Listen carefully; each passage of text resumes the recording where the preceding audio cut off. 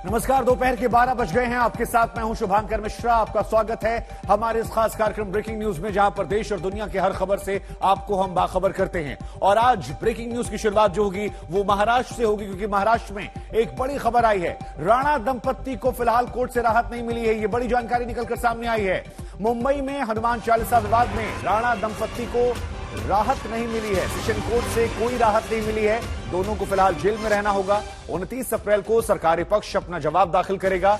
इसके बाद ही सुनवाई की तारीख तय की जाएगी। यानी फिलहाल राणा दंपत्ति को जेल में रहना पड़ेगा। सरकारी पक्ष ने 29 अप्रैल तक जवाब देने का वक्त मांगा था। राणा के वकील मर्चेंट ने भी कहा कोर्ट पर काफी मामलों का दबाव है, इसलिए वो जमानत पर जोर नहीं दे रहे हैं। उधर उद्धव ठाकरे ने अपने तेवर खड़े कर लिए हैं। उनका कहना है कि दादागिरी के आगे झुकेंगे नहीं। बाला साहेब का नाम लेकर यह भी जता दिया कि उन्हें मालूम है कि इस हाल से कैसे निपटा जाए। तो उधर सांसद नवनीत राणा की बिल पर दोपहर बाद सुनवाई होगी, जिसमें उन्होंने कहा कि उनका इरादा नफरत फैलाने का नहीं था। गिरफ्तारी को भी गैर कानूनी ठहराया और राजद्रोह के मामले को चुनौती दी है। लेकिन फिलहाल जो खबर है वो ये कि सेशन कोर्ट से राहत नहीं मिली है और अभी उन्हें जेल में रहना पड़ेगा। लेकिन इन सब के बीच में सरकार से लेकर पुलिस प्रशासन से कोर्ट ने पूछा है कि आपने जो ये राजद्रोह का मुकदमा दायर किया है, ये किस आधार पर है।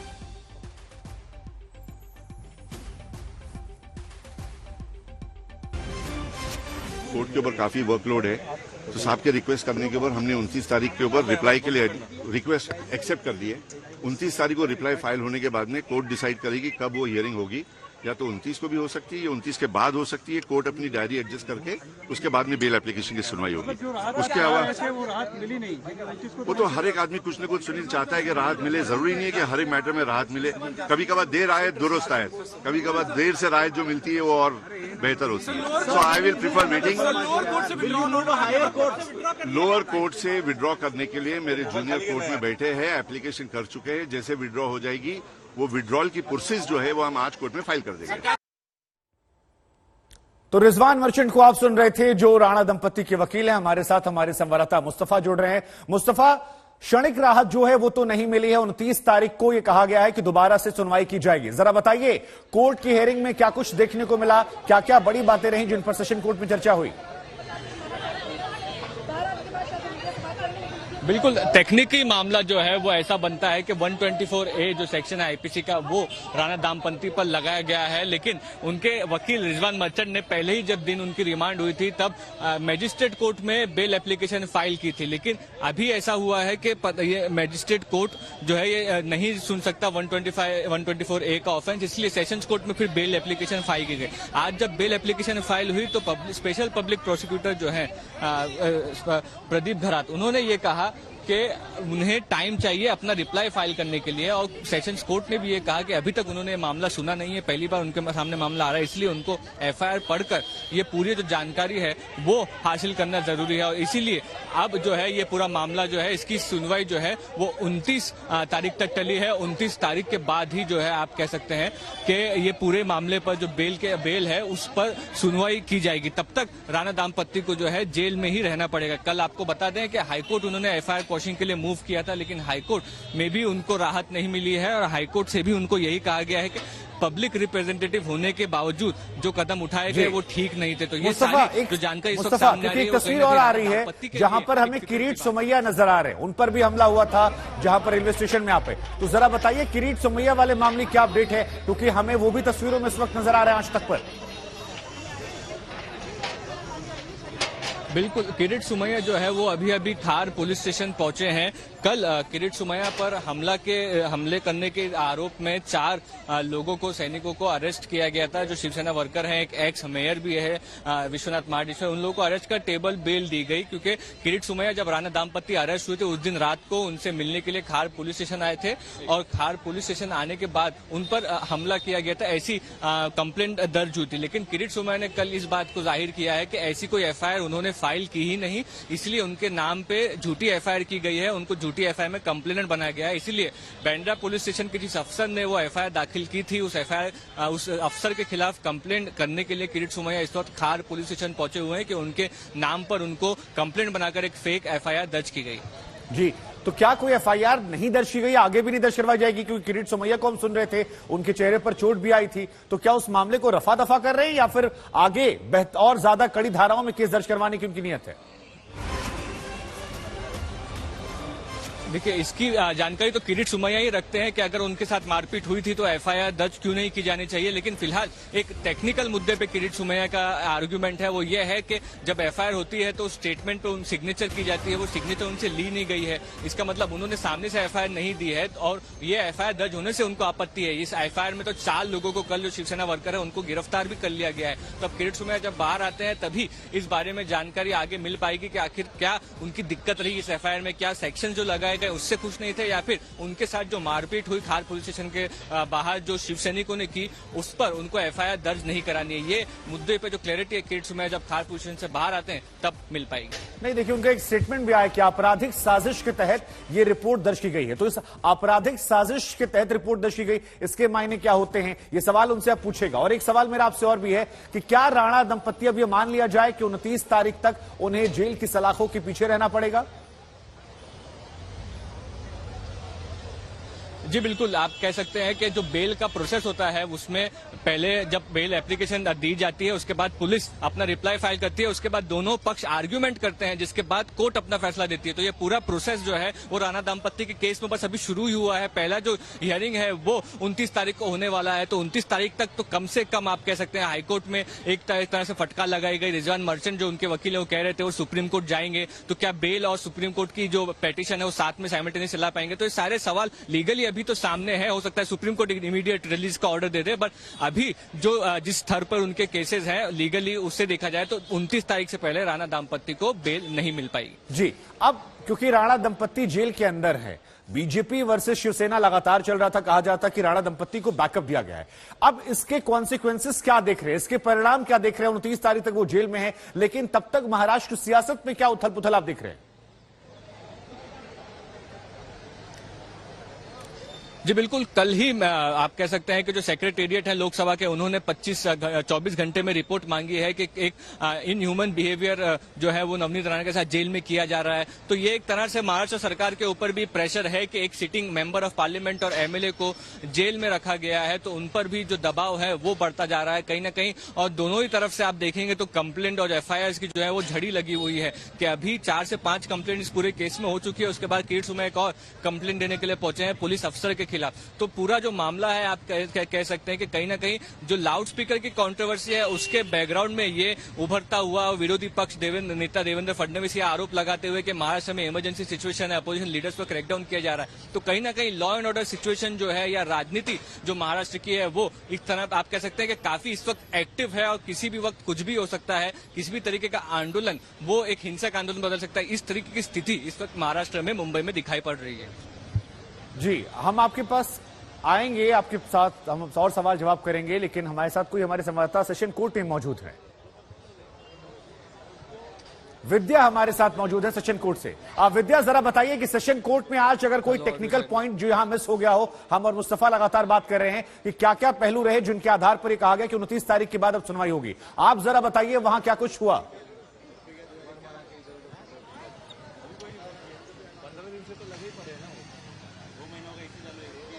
विद्या, क्या अब तक हमारी आवाज पहुंच रही है?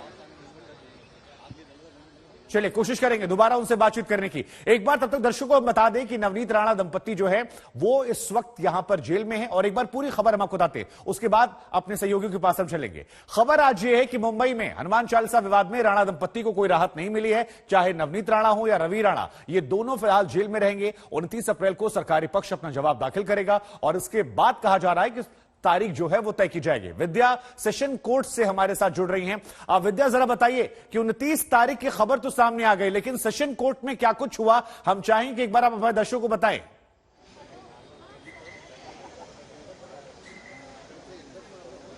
देखिए, अदालत में सबसे पहले जब प्रदीप खैरत जो सरकारी वकील है उन्होंने अदालत को कहा कि इनका एक ऑलरेडी रानाज ने एक बेल एप्लीकेशन मजिस्ट्रेट कोर्ट पे फाइल किया था, वो जब तक फाइल्ड है तब तक यहां पर ये अप्रोच नहीं कर सकते, ये मेंटेनेबल नहीं है इनका बेल एप्लीकेशन।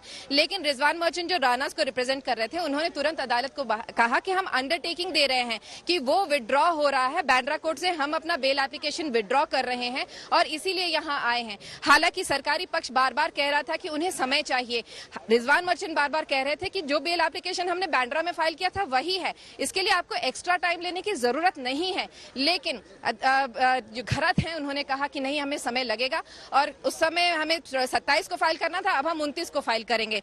अदालत ने भी बार बार दोनों की जरत सुनने के बाद यही कहा कि दरअसल उनके पास भी बहुत सारे मामले हैं। एक तो एक प्रिजनर है जो जिसका मामला उनके पास है, जो कि 2nd स्टेज कैंसर से गुजर रहा है और उसकी बेल की सुनवाई पिछले 14 महीने से नहीं हुई है। ये सब बातें सुन के फिर रिजवान मर्चेंट भी ज्यादा प्रेस नहीं कर पाए, तो उन्होंने आखिर में कहा कि ठीक है 29 ही सही, तो 29 को ही आप दे दीजिए, लेकिन कोशिश करिएगा कि आप 29 को ही इसकी सुनवाई भी कर लें। अदालत ने इस पर हालांकि हामी नहीं भरी है। अदालत ने कहा कि 29 को देखा जाएगा, अगर समय मिलेगा तो सुनवाई कर लेंगे, लेकिन 29 को जो प्रदीप खैरत हैं उनको एक रिप्लाई जरूर फाइल करना है। जो भी कहना है, अपोज करना है, क्या कहना है, जो भी कहना है वो 29 तारीख को लिख के दे देंगे। उसके ऊपर जिरा होगी कि नहीं ये बस तय नहीं है अभी। ठीक है, यानी आज 26 तारीख है, 29 तारीख तक राणा दंपत्ति को जेल की सलाखों के पीछे रहना पड़ेगा। ये बड़ी बात आई है। आप बनी रहिए हमारे साथ, क्योंकि आप ये तो टेक्निकल पॉइंट पे चर्चा हो गई, लेकिन सियासत भी चल रही है। देवेंद्र फडणवीस ने आरोप लगाया था और इस पर संजय राउत ने पलटवार किया है। संजय राउत ने कहा है कि अगर फडणवीस का मन अशांत है तो फिर वो अपने घर में हनुमान चालीसा का पाठ कर सकते हैं। जरा सुनिए आप। मेरा सवाल यह है कि हनुमान चालीसा महाराष्ट्र में नहीं बोली जाएगी तो क्या पाकिस्तान में बोली जाएगी? इतना हनुमान चालीसा से इनको नफरत क्यों है? अगर हनुमान चालीसा बोलना ये देशद्रोह होगा, ये राजद्रोह होगा, तो हम में से हर व्यक्ति ये राजद्रोह करेगा। हम सारे के सारे हनुमान चालीसा बोलेंगे और अगर सरकार में हिम्मत है तो सरकार हमारे ऊपर राजद्रोह का गुनाह लगाकर दिखाए। देवेंद्र फडणवीस लोगों को गुमराह कर रहे हैं। हनुमान चालीसा पढ़ने के लिए किसी के ऊपर देशद्रोह का गुनाह नहीं दाखिल हुआ है, समझ लीजिए। वो वकील है, वो लॉयर है। कल मुंबई हाईकोर्ट ने भी उस बारे में अपना मत जो व्यक्त किया है, वो पूरा जजमेंट फडणवीस साहब ने पढ़ना चाहिए। हम भी कहेंगे कि हनुमान चालीसा जरूर पढ़िए। आपका मन अशांत है तो आप अपने घर में मंदिर में जाकर पढ़िए। दूसरे के घर में घुसकर अगर आप माहौल खराब करोगे हनुमान चालीसा के नाम पर, तो आपके ऊपर गुनाह दाखिल होगा। महाराष्ट्र में जिस प्रकार से गैर जिम्मेदाराना पद्धति से पुलिस का उपयोग करते हुए विरोधी पार्टी के लोगों को जान से मारने की हरकत की गई, प्रयास किया गया, इसके बाद संवाद के लिए जगह कहां बचती है? हमारा तो मानना यह है कि हिटलर शाही से संघर्ष होता है, संवाद नहीं होता। हिंदुत्व सोडलं शिवसेनेने हिंदुत्व सोडलं म्हणजे नेमकं काय सोडलं? हिंदुत्व म्हणजे काय धोतर आहे का हो? हे घातलं नेसलं आणि सोडलं, हे असे नाहीये।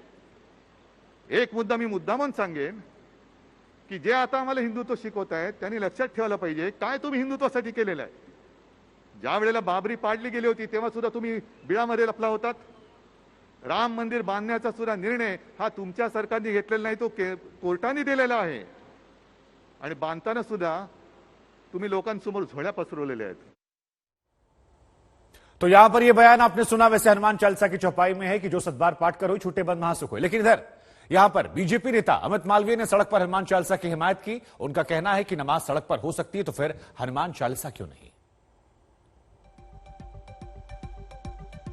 तो ये वो ट्वीट है। बीते कई सालों से रोड पर नमाज होती है, दिन में 5-5 बार अजान होती है। किसी ने मुस्लिमों से नमाज को घर के अंदर पढ़ने के लिए नहीं कहा, लेकिन हनुमान चालीसा के सार्वजनिक पाठ से उसे रोका जा रहा है। और यही बातें कमोबेश फडणवीस भी कह रहे थे कि हिंदुस्तान में नहीं पढ़ी जाएगी तो फिर कहां पढ़ी जाएगी? विद्या हमारे साथ जुड़ रही हैं। विद्या, सेशन कोर्ट की कहानी तो हमने देखी, लेकिन हनुमान चालीसा में एक चौपाई है कि जो सतबार पाठ कर हुई छूटे बंद महासुख हुई। यहां तो सुख छोड़िए, महाराष्ट्र में सियासत उबाल मार रही है, आग लगी हुई है। क्या देख रहे हैं इस पूरी घटना के पीछे और आगे भविष्य महाराष्ट्र का?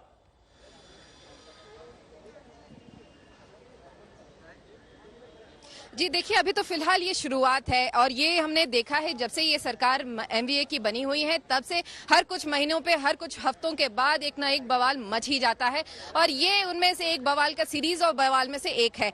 ये चीज तो पक्का है कि कल बॉम्बे हाईकोर्ट ने इस जब पूरे जब चौपाया पढ़ने वाली जो बात थी उसके ऊपर अदालत ने भी साफ कहा कि भाई अगर आपको पढ़ना ही है तो घर में पढ़े ना, पढ़ना ही है तो सड़क पे पब्लिक स्पेस पे जाके क्यों पढ़ते हैं, मंदिर में जाके पढ़िए। क्योंकि अगर आप ये जब पढ़ने जा रहे हैं तो दूसरों के भी तो राइट्स को आप इंटरवीन करते हैं ना। सिर्फ यही कहा था अदालत ने, जिसके बाद इस पूरे उनके जो राणा थे उनके पिटीशन को खारिज किया था। तो जाहिर सी बात है कि लीगल एस्पेक्ट जो है उस पर तो अदालत ने कर दिया, लेकिन पॉलिटिकल बवाल जो मचा हुआ है वो अभी शांत होने का नाम नहीं लेगा। इस पर कुछ न कुछ आगे हम देखते ही रहेंगे। नहीं विद्या, लेकिन जो आप बात करें बिल्कुल वाजिब बात है कि अगर आपको पूजा पाठ करना घर पर करिए, लेकिन जो बात अमित मालवीय कह रहे थे, जो ट्वीट का जिक्र हम कर रहे थे कि देखिए जब आप 5 बार नमाज पढ़ते हैं सड़क पर वहां आपत्ति नहीं है, लेकिन हनुमान चालीसा का जिक्र लेकर क्यों? तो क्या पोलराइजेशन आप देख रही हैं? छोटा सा जवाब, फिर ब्रेक लेना मुझे।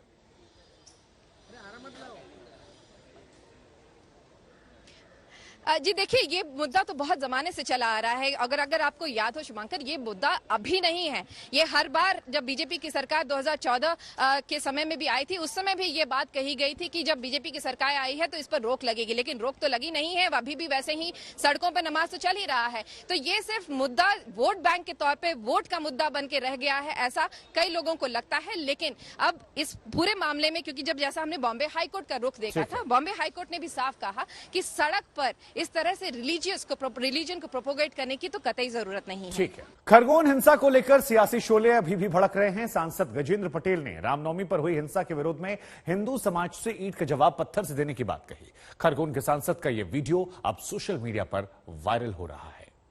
आपने राम जी के जुलूस पर, भगवान राम जी के जन्मोत्सव पर हजारों राम भक्त पर आपने जाकर फूल बरसने देवा पत्थर फेला है।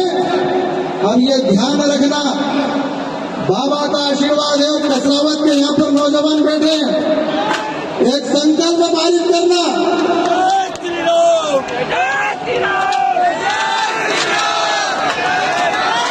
हमारी माँ बहनों का दर्द सुनना, खरगोन के बहनों का, हमारे भाइयों का वो दर्द की आंखों को झलकते हुए देखना और ये गार्ड बांध लेना।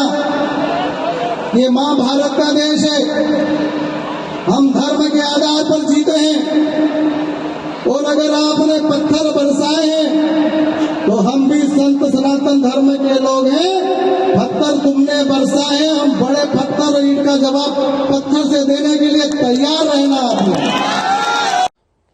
अब बात करेंगे अलवर की। अलवर के राजगढ़ में मंदिर पर बुलडोजर चलाने के मामले में राजस्थान सरकार एक्शन मोड में आ गई है और इस मामले में पहली कार्रवाई करते हुए सरकार ने नगर पालिका के अधिशासी अधिकारी और एसडीएम समेत 3 को निलंबित भी कर दिया है। ये देखो सराय में जो मंदिर है शिव जी का, वो कैसे धराशायी, ये देखो, ये गया मंदिर, ये गया मंदिर।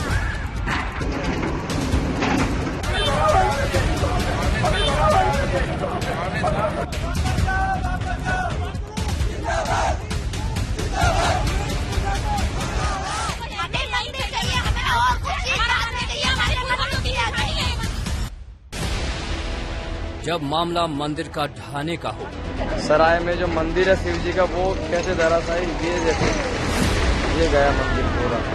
जिस घटना पर ग्राउंड जीरो से लेकर दिल्ली तक बवाल मचा, जिस घटना पर देश का सियासी पारा चरम पर, उस पर एक्शन तो होना ही था। अतिक्रमण हटाने और विकास के नाम पर मंदिर पर बुलडोजर चलाना राजस्थान के राजगढ़ के 3 अधिकारियों को भारी पड़ गया। अलवर जिले के राजगढ़ में मंदिर ढहाने के मामले में भारी विरोध के बाद एक्टिव मोड में आते हुए राजस्थान सरकार ने पहली बड़ी कार्रवाई की है। मंदिर पर बुलडोजर चलाने के मामले में राजगढ़ के एसडीएम केशव मीणा, नगर पालिका के अधिकारी बनवारी लाल मीणा और नगर पालिका के चेयरमैन सतीश दुहारिया को सस्पेंड कर दिया है। इस पूरे मामले की जांच कल ही शुरू हुई है और प्रथम दृष्टया दोषी पाए जाने पर इन पर निलंबन की गाज गिरी है। अब जरा 17 अप्रैल की तस्वीर देख लीजिए। राजगढ़ के सराय बाजार में ये नगर पालिका के बुलडोजर एक्शन की तस्वीर है।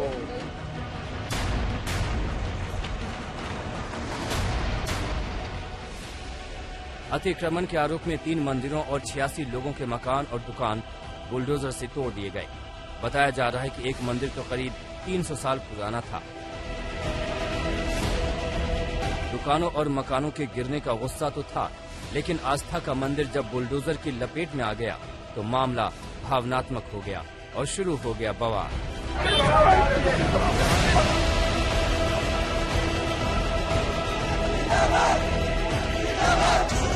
स्थानीय लोगों ने संघर्ष समिति बनाकर आंदोलन शुरू कर दिया है। सोमवार शाम स्थानीय लोगों ने कैंडल मार्च निकालकर दोषी अधिकारियों के खिलाफ कार्रवाई की मांग की।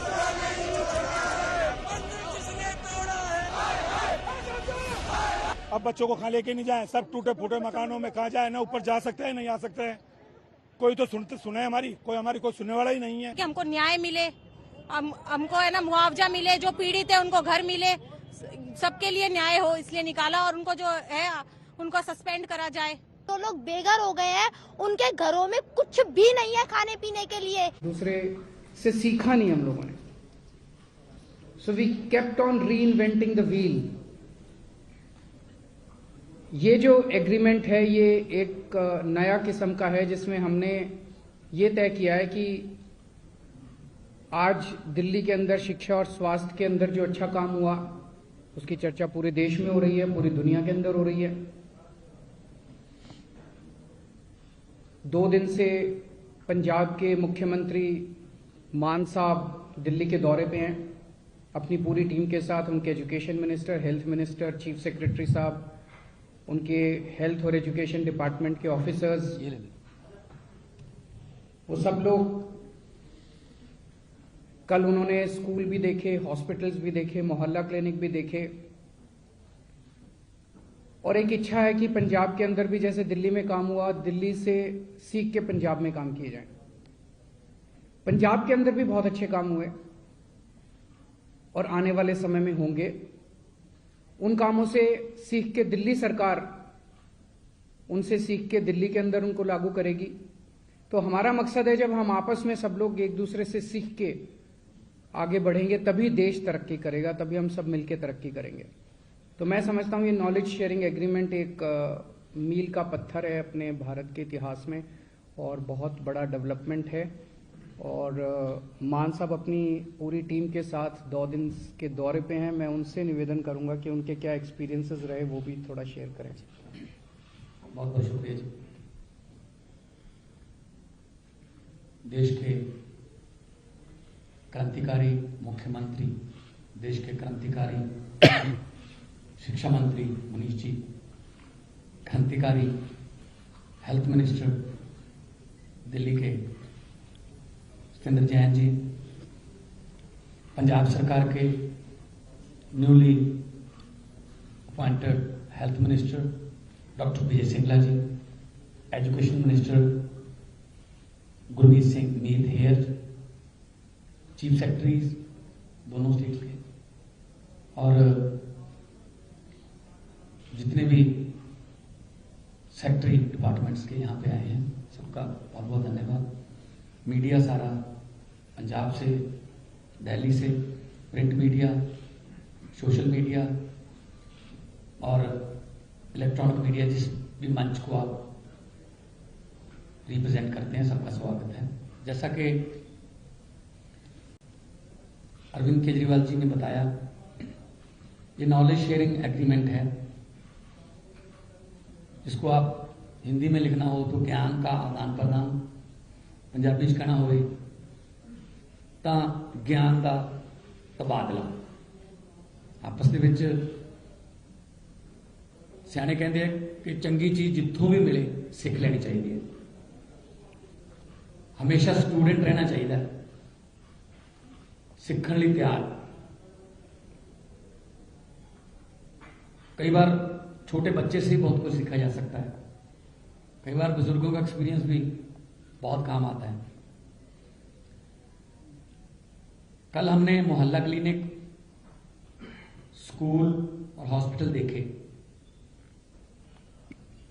और क्योंकि एज एन आर्टिस्ट जब मैं विचरता था तो पूरी दुनिया में शोज वगैरह करने के लिए जाते थे, तो हमने कनाडा अमेरिका के हॉस्पिटल, उनके स्कूल भी देखे हैं। लेकिन जो टेक्नोलॉजी यहाँ पे दिल्ली में, जो कॉन्फिडेंस बच्चों का दिल्ली में देखा गया, इसी लेवल को हम नेक्स्ट लेवल पे ले जाके यहां से सीख के पंजाब में लागू करना चाहते हैं। पंजाब में 19,000 से ज्यादा स्कूल हैं, गवर्नमेंट स्कूल, और 23 लाख के आसपास बच्चे हैं। यहां पर 18 लाख बच्चे हैं 1000 से 1100 स्कूलों में। तो हमारे पास स्कूलों की जमीन, पंचायत की जमीन, बहुत कुछ पड़ा है। बड़े बड़े प्लेग्राउंड बना सकते हैं। पंजाब स्पोर्ट्स के लिए पहले जाना जाता था, उसके बाद कुछ सरकारों ने ऐसा किया कि पंजाब जो है उसको नजर लग गई। और पंजाब के हॉस्पिटल जो हैं उनका बहुत बुरा हाल है। डॉक्टर्स हैं, टीचर्स भी हैं, लेकिन इंफ्रास्ट्रक्चर नहीं है। अगर मैं एमपी लैड से कोरोना के समय वेंटिलेटर देता था, तो वेंटिलेटर हमें किसी बड़े हॉस्पिटल को दान देना पड़ता था, क्योंकि जो डिस्ट्रिक्ट लेवल के हॉस्पिटल्स हैं वहां वेंटिलेटर चलाने के लिए डॉक्टर नहीं है, स्पेशलिस्ट नहीं है। मैं एसी और वेंटिलेटर वाली एम्बुलेंस देना चाहता था, लेकिन उन्होंने मना कर दिया, जी कोई फायदा नहीं, हमारे पास ड्राइवर नहीं है, हमारे पास स्पेशलिस्ट नहीं है, जो एनेस्थीसिया का चाहिए उसके लिए, वेंटिलेटर के लिए वेंटिलेटर ऑपरेटर डॉक्टर चाहिए। तो यहां आके देखा कैसे 12-12 ऑपरेशन थिएटर्स एक लाइन में। कल राजीव गांधी हॉस्पिटल में हम गए थे, कैसे जनरल वार्ड जो है वो आईसीयू से भी बढ़िया बना रखा है। कोई भी आके वहां जो है इलाज करवा सकता है। और किसी हॉस्पिटल से, हम 2-3 हॉस्पिटल में गए थे, मतलब आमतौर पे आप हॉस्पिटल में जाओगे, सरकारी हॉस्पिटल में, तो दवाई की वो आती है सुगंध। कुछ आपको सरकारी हॉस्पिटल पंजाब में तो जो एमआरआई मशीनें हैं उनमें कबूतरों के घोंसले भी हैं, नहीं ध्यान दिया गया। ऐसे स्कूल हैं, स्कूलों को बाहर से बहुत चमका दिया गया और लिख दिया गया स्मार्ट स्कूल। बाहर से रंग करने से स्कूल स्मार्ट नहीं बनेगा, अंदर क्या सीख के आ रहे हैं बच्चे, हम इस पे ध्यान देंगे। क्योंकि कैंसर पर आयोडेक्स लगाकर आप उसका इलाज नहीं कर सकते, उसके लिए तो कीमोथेरेपी चाहिए। तो पूरी प्रेस कॉन्फ्रेंस का लबोलुआब यह था कि पंजाब के अंदर दिल्ली मॉडल को इंप्लीमेंट किया जाएगा, वैसे ही काम वहां भी किया जाएगा। लेकिन अब हम वापस लौटते अपनी खबरों पर। नोएडा से खबर है, नोएडा के गार्डन गैलेरिया मॉल में एक रेस्टोरेंट में पार्टी कर रहे कुछ लोगों की रेस्टोरेंट वालों से मारपिटाई हो गई और इसमें खबर आई एक व्यक्ति की मौत हो गई है। रेस्टोरेंट के बाउंसरों पर आरोप लगे हैं कि एक शख्स को उन्होंने इतना ज्यादा पीटा कि उसे अस्पताल में भर्ती कराना पड़ा और अस्पताल में बाद में उसकी मौत हो जाती है। तो विवाद होता है। नोएडा में ये मॉल है गार्डन गैलेरिया, जहां पर यह पूरा विवाद हुआ है और यहां के बाउंसरों पर यह आरोप लगा है कि उसने उन शख्स को मारा, पीटा, इतना ज्यादा मारा कि उस शख्स की मौत हो जाती है। आमतौर पर इस मॉल में लोग पार्टी करने के लिए जाते हैं, जश्न मनाने जाते हैं। ज्यादातर क्लब्स जो हैं वो इसी मॉल में मौजूद हैं। तो अब यहां पर यह विवाद हुआ है। फिलहाल 4 तस्वीरें आपकी टीवी स्क्रीन पर। मौत, आपको बता दें, मॉल में नाइट पार्टी यहां होती है और इसमें आपसी झड़प होती है, जिसके बाद पीट कर मार डाला जाता है। घेरे में यहां पर बाउंसर हैं। अब क्योंकि हमने आपको बताया कि यहां पर ज्यादा लोग क्लबिंग करने आते हैं, वो डांस करने, झूमने, गाने, पीने खाने का शौक जो रखते हैं वो अक्सर यहां पहुंचते हैं और देर रात तक इस मॉल में पार्टियां चलती हैं। ऐसे में एक विवाद होता है मॉल के अंदर और जिस व्यक्ति से विवाद होता है यह कहा जाता है कि बाउंसर उसको इतना पीटते हैं कि उसकी अस्पताल पहुंचने के बाद मौत हो जाती है।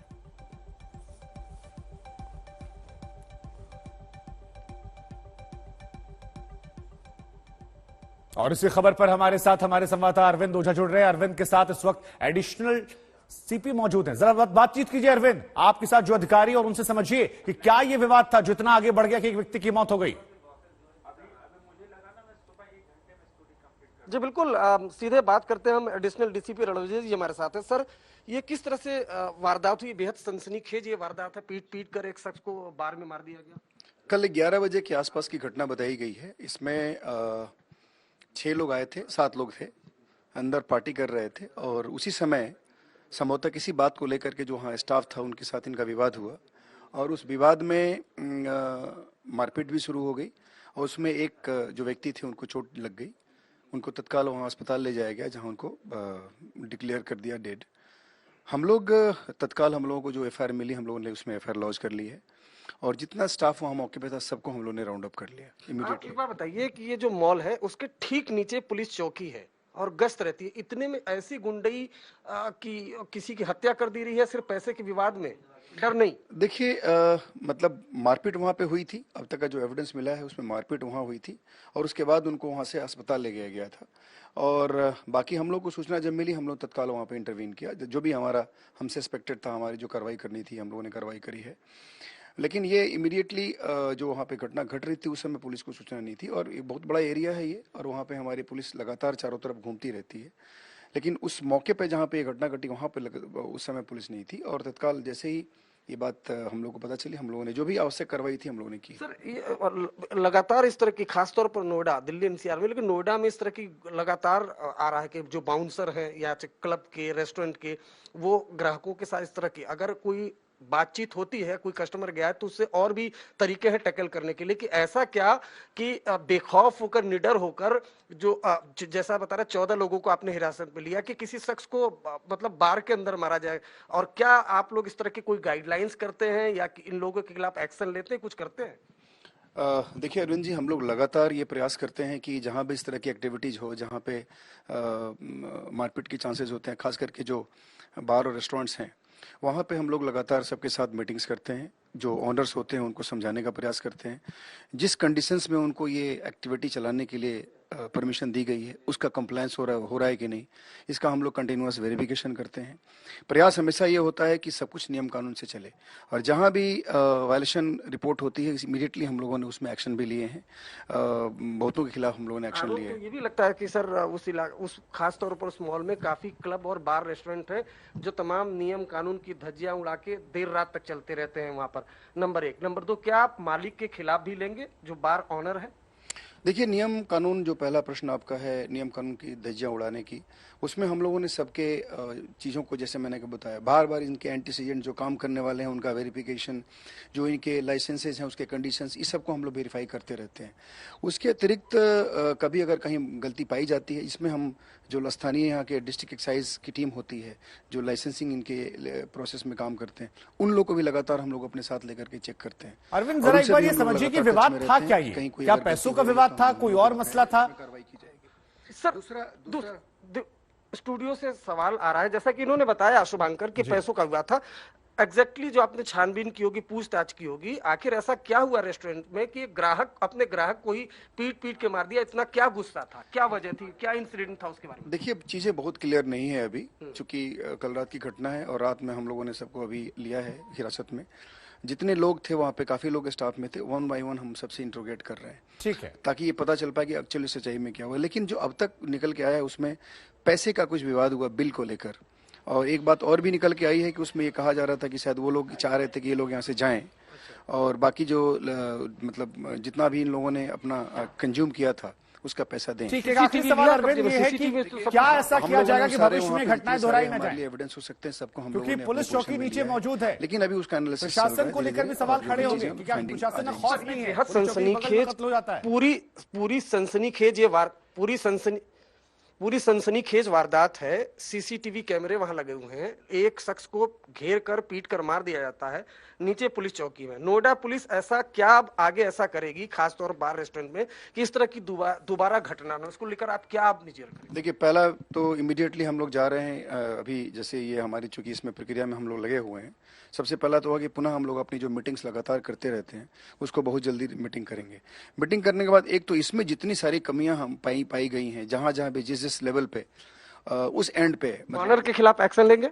ऑनर के खिलाफ एक्शन होने के चांसेस इसलिए हैं कि हम लोग देखेंगे कि अगर वायलेशंस हुए हैं नियम के और उसके बाद ये वहाँ पे एक्टिविटी चलाई जा रही थी तो हम लोग जरूर एक्शन लेंगे। देखिए, ये बड़ी बात कही है कि जो ऑनर है उनके खिलाफ भी एक्शन लेंगे। अभी फिलहाल जांच चल रही है, छानबीन चल रही है। जो मृतक है उनके परिवार के लोग भी अभी यहाँ पर नहीं है, तो वो भी आएंगे। लेकिन जाहिर सी बात है शुभांकर, ये बहुत दिल दहलाने वाली वारदात है, क्योंकि वो एक कस्टमर था, वो रेस्टोरेंट में जाता है और विवाद होता है, उसके बाद घेर कर उसको काफी मारा पीटा जाता है, उसकी मौत हो जाती है। क्योंकि सबसे बड़ी बात है लोकेशन को लेकर भी पुलिस चौकी वहां मौजूद है, बगल में सारे मीडिया हाउसेस है, और अगर ऐसी जगह पर ये गुंडागर्दी होती है तो नोएडा या बाकी इलाकों में क्या होगा, इसको लेकर सवाल पूछे जाएंगे और खाकी को इसका जवाब देना पड़ेगा कि आखिर इतना ज्यादा उनमें उत्पात कैसे आ जाता है। लेकिन हमारे संवाददाता अरविंद, जिनको आप सुन रहे थे, उनकी एक रिपोर्ट है इस पूरे घटनाक्रम को लेकर। सबसे पहले वो रिपोर्ट हम आपको दिखाते हैं, जरा देखिए, समझिए कैसे ये घटनाक्रम यहां पर होता है। इस वक्त मैं गार्डन गैलेरिया मॉल में मौजूद हूं और यहीं पर 25 तारीख की रात को जो लॉस्ट लेमन बार आप देख पा रहे हैं, यहीं पर ब्रजेश राय नाम का एक शख्स अपने कंपनी के कुछ लोगों के साथ पार्टी करने के लिए आया था। तभी यहाँ पर पैसे के लेन देन को लेकर जो बार के लोग हैं उनसे और ब्रजेश राय और उनके साथियों के साथ विवाद हो गया, जिसमें जो बार के लोग हैं उन्होंने ब्रजेश राय को बुरी तरह से मारा। इतनी बुरी तरह से मारा कि ब्रजेश राय इसी बार में अधमरे हो गए। उसके बाद उन्हें अस्पताल ले जाया गया, जहां पर ब्रजेश राय की मौत हो गई। नोएडा पुलिस का कहना है कि इस मामले में हमने 302 की यानी हत्या का मुकदमा दर्ज कर लिया है। जो ये बार आप देख पा रहे हैं, इस बार के तमाम सीसीटीवी फुटेज को नोएडा पुलिस ने अपने कब्जे में लिया है और पूरे मामले की छानबीन की जा रही है। जो लॉस्ट लेमन बार है, इसके कुल 14 एम्प्लॉइज को पुलिस ने अपनी हिरासत में लिया है। पुलिस का कहना है कि इस मामले में सख्त एक्शन लिया जाएगा। अरविंद ओझा, नोएडा, आज तक। तो ये सवाल जो है ये बड़ा है और ये सवाल लगातार बरकरार है कि क्या इस तरह से उत्पात कोई मचा सकता है, इतनी हिम्मत कहां से आती है। खैर, हम आगे बढ़ते हैं खबरों में। उत्तर प्रदेश, मध्य प्रदेश, दिल्ली, राजस्थान के बाद गुजरात में भी सरकारी बुलडोजर जो है वो बड़ी रफ्तार से दौड़ना शुरू कर चुका है। साबरकांठा के हिम्मतनगर में रामनवमी के दिन हिंसा होती है और उसी इलाके में अब बुलडोजर जो है वो जमकर चल रहा है, दौड़ रहा है, गरज रहा है और जो वहां पर अवैध चीजें हैं उनको वो गिराता जा रहा है। गैर कानूनी बिल्डिंग को यहां पर गिराया जा रहा है। देखिए बुलडोजर यहां चलता हुआ, बुलडोजर का खौफ इतना है कि लोगों ने इसके बाद खुद ही अपनी बिल्डिंगों को गिराना शुरू कर दिया और इस बीच बुलडोजर खुद भी गैर कानूनी निर्माण को रौंद रहा है। तो लोगों में बुलडोजर का डर जो है वो हर एक प्रदेश में देखने को मिल रहा है, चाहे मध्य प्रदेश की बात की जाए, उत्तर प्रदेश की बात की जाए, दिल्ली की बात की जाए और इनके बाद अब गुजरात में भी बुलडोजर दौड़ता हुआ। तो अलग अलग इलाके, अलग अलग तस्वीरें, लेकिन बुलडोजर जो है हर जगह अवैध निर्माण को गिराता हुआ और ये 4 तस्वीरें इस बात की तस्दीक करती हुई। तो बुलडोजर अपने आप में अवैध निर्माण के खिलाफ एक बड़ा ब्रांड बन चुका है। राज्य बदलते जाइए लेकिन स्थिति जो है वो नहीं बदल रही, क्योंकि जहां जहां पर अवैध निर्माण है वहां पर अवैध निर्माण करने वालों पर बुलडोजर का खौफ जो है वो जुड़ता जा रहा है। और इसी खबर पर हमारे साथ हमारी संवाददाता गोपी जुड़ रही हैं। गोपी, उत्तर प्रदेश में हमने देखा, मध्य प्रदेश में देखा, अभी हाल फिलहाल में राजस्थान में देखा, दिल्ली में देखा, लेकिन गुजरात में भी अब बुलडोजर चल रहा है। जरा बताइए कि ये ब्रांड बुलडोजर जो है वो कैसे अवैध निर्माण को गिरा रहा है, क्या क्या कार्रवाई की गई और इसका कितना खौफ?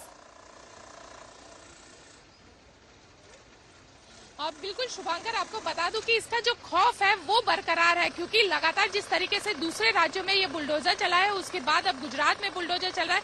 ये वही जगह है जहां पे रामनवमी के दिन हिंसा फैली थी और उसके बाद आज यहाँ पे बुलडोजर चला। आपको दिखाती हूँ, पूरी सड़क को साफ कर दिया गया है। बुलडोजर यहाँ पे अब भी मौजूद है और खौफ बुलडोजर का इतना ज्यादा है कि कुछ बिल्डिंग तो अब लोग जो यहाँ पे रहने वाले हैं वही इसे गिरा रहे हैं ताकि जो उनका सामान है वो खराब ना हो। क्योंकि इससे पहले ही जो यहाँ पे नगर पालिका है उनके जरिए एक नोटिस भी जारी कर दी गई थी तो नोटिस के चलते आज बुलडोजर पहुंचे, उससे पहले ही कुछ लोगों ने अपने मकान को गिराना शुरू कर दिया। साथ ही बुलडोजर जब यहाँ पे पहुंचा तो जो अवैध निर्माण की जगह थी उसे भी अब पूरी तरीके से तोड़ दिया गया है। यानी बुलडोजर का जो खौफ है वो गुजरात में भी बरकरार है। ना सिर्फ साबरकांठा के हिम्मतनगर में बल्कि खंभात में भी बुलडोजर चला था। और सबसे अहम कहेंगे क्योंकि इस साल गुजरात में चुनाव बिल्कुल। अब एक सवाल गोपी छोटा सा मेरा आपसे है, टाइमिंग को लेकर क्या सवाल नहीं पूछे जाएंगे? क्या टाइमिंग को लेकर सवाल नहीं पूछे जाएंगे कि रामनवमी को बता रही आप यहाँ हिंसा होती है, उसके बाद यहाँ बुलडोजर चलता है, तो ये क्या एक सवाल होगा जो नहीं उठाया जाएगा बाद में? बिल्कुल। देखिए मैं आपको बताऊं, यहाँ पे शुभांकर जब मेरी लोगों से बातचीत हुई तो लोगों का ये कहना है कि यहाँ पे रमजान का पवित्र महीना चल रहा है और वैसे में यहाँ पे जो लोग रह रहे थे उनके घरों पे बुलडोजर चलाया गया है। और खास बात यह है कि यही वो इलाका था जहाँ सबसे ज्यादा पथराव उस दिन हुआ था। तो लोगों का ये कहना है कि एक राजनीतिक पॉलिटिकल जो कह सकते हैं कि पॉलिटिकल साजिश के तहत आज ये पूरा मामला हो रहा है। लेकिन ये बात भी सही है कि ये पूरा अवैध कंस्ट्रक्शन था, तो अवैध कंस्ट्रक्शन को आज गिराया जा रहा है। ठीक है। कहने के लिए तो आजम खान आज भी समाजवादी पार्टी के वरिष्ठ नेता हैं, मगर क्या अखिलेश यादव से उनके रिश्ते तल्ख हो गए हैं? ऐसा सवाल इसलिए उठ रहा है क्योंकि एक दिन पहले ही समाजवादी पार्टी के नेता आजम खान से मिलने जेल पहुंचे थे, मगर आजम खान ने सेहत का हवाला देकर उनसे मुलाकात से इनकार कर दिया था।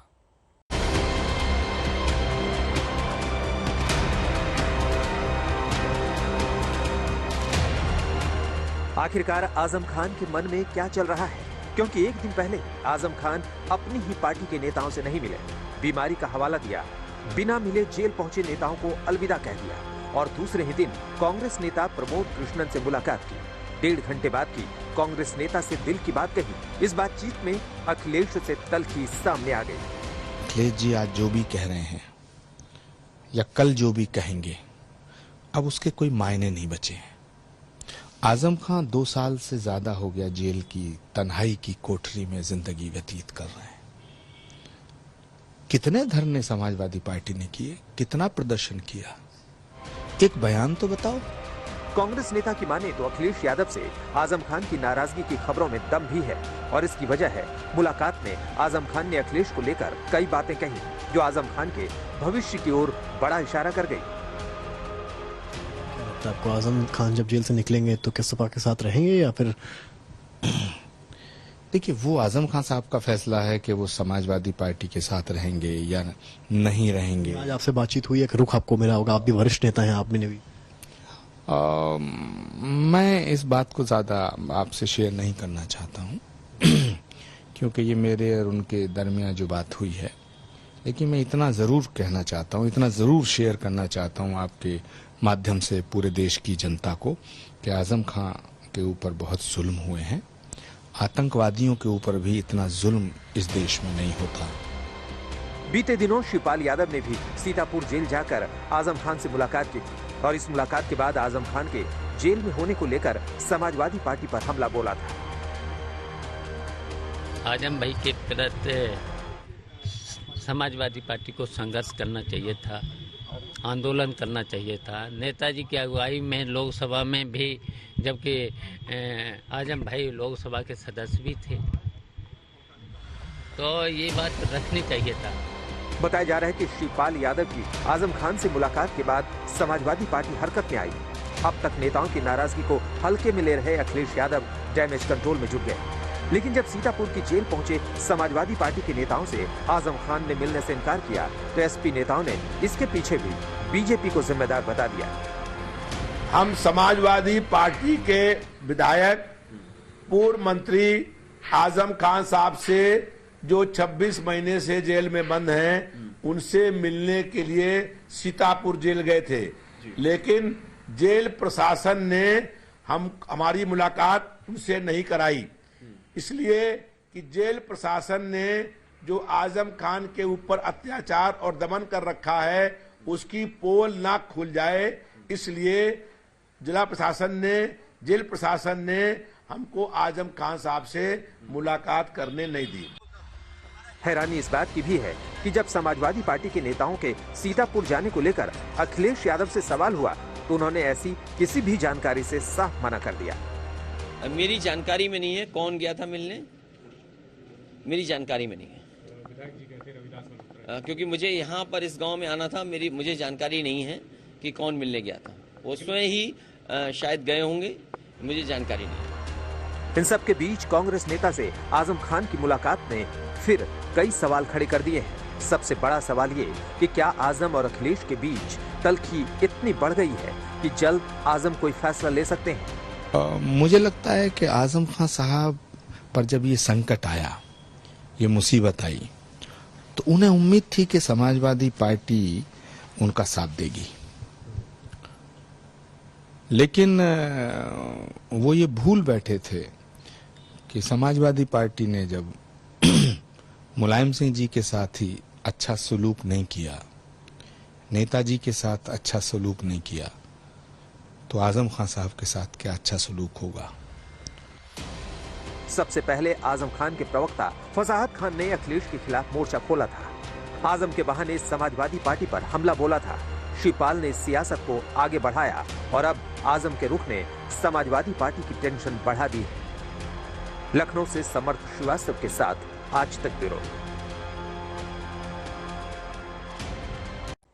जम्मू कश्मीर के पुलवामा में रविवार को एक मुठभेड़ में लश्कर ए तैयबा के डिप्टी कमांडर सहित 3 आतंकवादी मारे गए थे और अब उन आतंकवादियों को मारने से ठीक पहले का एक आखिरी वीडियो सामने आया है।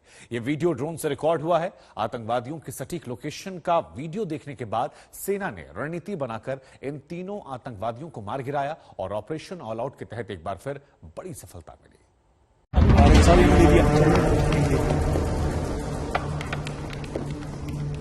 एम ले लिया साहब, डाउन कर लिया। अपने सही अंजाम तक पहुंचाए जाने से पहले ये लश्कर के आतंकवादियों का आखिरी वीडियो है। ये भारतीय सेना की वो तीसरी आंख है जिसकी कैद में लश्कर के तीनों आतंकवादी दिखाई दे रहे हैं। पुलवामा में इन आतंकवादियों का प्लान एक ड्रोन ने कैसे फेल कर दिया, ये उसका वीडियो है।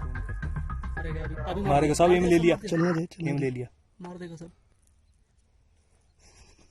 एम ले लिया साहब, तुरंत आप कर देना सर, डाउन कर लिया। आप जब 61415 सर, 1.5 कैट मेरी खेत में ही लगी है। ओवर। एक आराम से बैठा हुआ। चुप रहे, एम ले रहा है साहब, एम ले लिया सर। हाफ कैट में इधर से निकाल दूंगा, जेसीओ कैट हाफ कैट निकाल रहा हूँ इधर से। ये रियाज तो नहीं है, पूछ के फायर कर रहा है। तैनाती तो आतंक फैलाने की थी, हाथ में हथियार भी थे और इरादा हमला करने का था, लेकिन भारतीय सेना के इस ड्रोन से आतंकवादियों की पोजीशन का पता चल गया और लश्कर का पूरा प्लान फेल हो गया। सेना ने ड्रोन के जरिए इन आतंकवादियों की सही लोकेशन का पता लगाया। ड्रोन फुटेज से पता चला कि 3 आतंकी एक मकान के पिछले हिस्से में छिपे हुए हैं। इन आतंकवादियों के पास किस तरह के हथियार हैं और ये कैसे हमला करेंगे, ये सब ड्रोन ने एक्सपोज कर दिया। 61415 सर, 2 AK कंफर्म है सर, एक के पिस्टल दिख रही है। ओवर। ये लोग सब ये दे आर वेटिंग फॉर अंधेरा, उसके पहले ये सारी कार्रवाई हमें करनी है भाई। 2 AK साहब, 2 AK। देखिए, प्रधानमंत्री मोदी जी ने आत्मनिर्भर भारत और खास करके स्किल इंडिया इस पर जोर दिया है और ये सभी ड्रोन वगैरह अपने देश में बनने लगे हैं। तो ये कुल मिलाकर के समझना चाहिए टेक्नोलॉजी सुरक्षा बलों को बचाने के लिए, उनकी रक्षा के लिए, क्योंकि वो हमारे लिए बहुत महत्वपूर्ण है। बहुत सी ऐसे होता था कि बाहर के लोगों, बाहर के जो मिलिटेंट से उनके पास से आधुनिक हथियार हुआ करते थे, लेकिन आज जब टेक्नोलॉजी बदली तो एक सिस्टम बदला, एक प्रोसीजर बदला काम करने का, तो हमारे जो सुरक्षा बल है सफलता प्राप्त कर रहे हैं और कश्मीर में जो मिलिटेंसी है उसको खत्म किया जा रहा है। ड्रोन को देखकर आतंकी ने अपनी AK-47 का निशाना ड्रोन पर लगाया, लेकिन ड्रोन की ऊंचाई की वजह से फायर नहीं लगा। इस दौरान एक और आतंकी फोन पर किसी से बात कर रहा था। सेना के जवान ड्रोन के जरिए इन आतंकवादियों की एक-एक गतिविधि पर पैनी नजर रखे हुए थे। आतंकवादियों की सही पोजीशन के लिए ड्रोन को थोड़ा नीचे की तरफ ले जाया गया। इस दौरान आतंकी ने पत्थर से ड्रोन पर फिर निशाना लगाया, लेकिन इस बार भी चूक गया। ड्रोन से मिली फुटेज से सेना ने इन आतंकवादियों को चारों तरफ से घेर लिया। बचने के सारे रास्ते बंद हो चुके थे। सेना की सभी यूनिट्स ने पोजीशन ले ली थी। लश्कर के तीनों आतंकवादी अंधेरा होने का इंतजार कर रहे थे ताकि बचकर निकल सके, लेकिन ड्रोन की तस्वीरों ने आतंकवादियों की हर प्लानिंग को फेल कर दिया और कुछ देर बाद भारतीय सेना ने इन आतंकवादियों को इनके सही अंजाम तक पहुंचाया। देखिए, टेक्नोलॉजी का इस्तेमाल करना चाहिए, इससे जो कोलैटरल डैमेज है वो कम होता है और आपको एग्जैक्ट पता चलता है कि कहाँ किस जगह पे एग्जैक्टली टेररिस्ट हैं, कितने टेररिस्ट हैं, और आपको फिर सारा बाकी पूरा एरिया को डैमेज करने की जरूरत नहीं है, तो एक स्पेसिफिक टारगेट बन सकता है। ये भारतीय सेना की वो रणनीति है जिसमें पहले आतंकवादियों को कैमरे में कैद किया जाता है और फिर बाद में उन्हें घेर कर ढेर कर दिया। ऑपरेशन ऑल आउट को और कामयाब बनाने के लिए अब ड्रोन जाल का इस्तेमाल हो रहा है, जिसमें आतंकवादी फंस रहे हैं और भारतीय सेना इनको चुन चुन कर मार रही है। टेक्नोलॉजी के प्रयोग से सुरक्षा बलों को काफी मदद मिली आतंकवादियों के खात्मे के लिए, और अगर हम कश्मीर पुलिस की माने तो उन्होंने कहा कि एक बहुत ही बेहद ये सफल ऑपरेशन रहा और तीनों आतंकवादियों का खात्मा किया गया। इनमें से 2 आतंकवादी पाकिस्तानी थे और ये बहुत बड़ी वारदात करने जा रहे थे कश्मीर घाटी में, और जो कश्मीर घाटी में पहले भी कई हत्याएं हुई हैं उन सब के पीछे भी इनका हाथ था। तो ये काफी खूंखार आतंकवादी थे, लेकिन टेक्नोलॉजी के प्रयोग से सुरक्षा बलों को काफी ज्यादा मदद मिली और इन तीनों आतंकवादियों का खात्मा किया गया। आज तक ब्यूरो।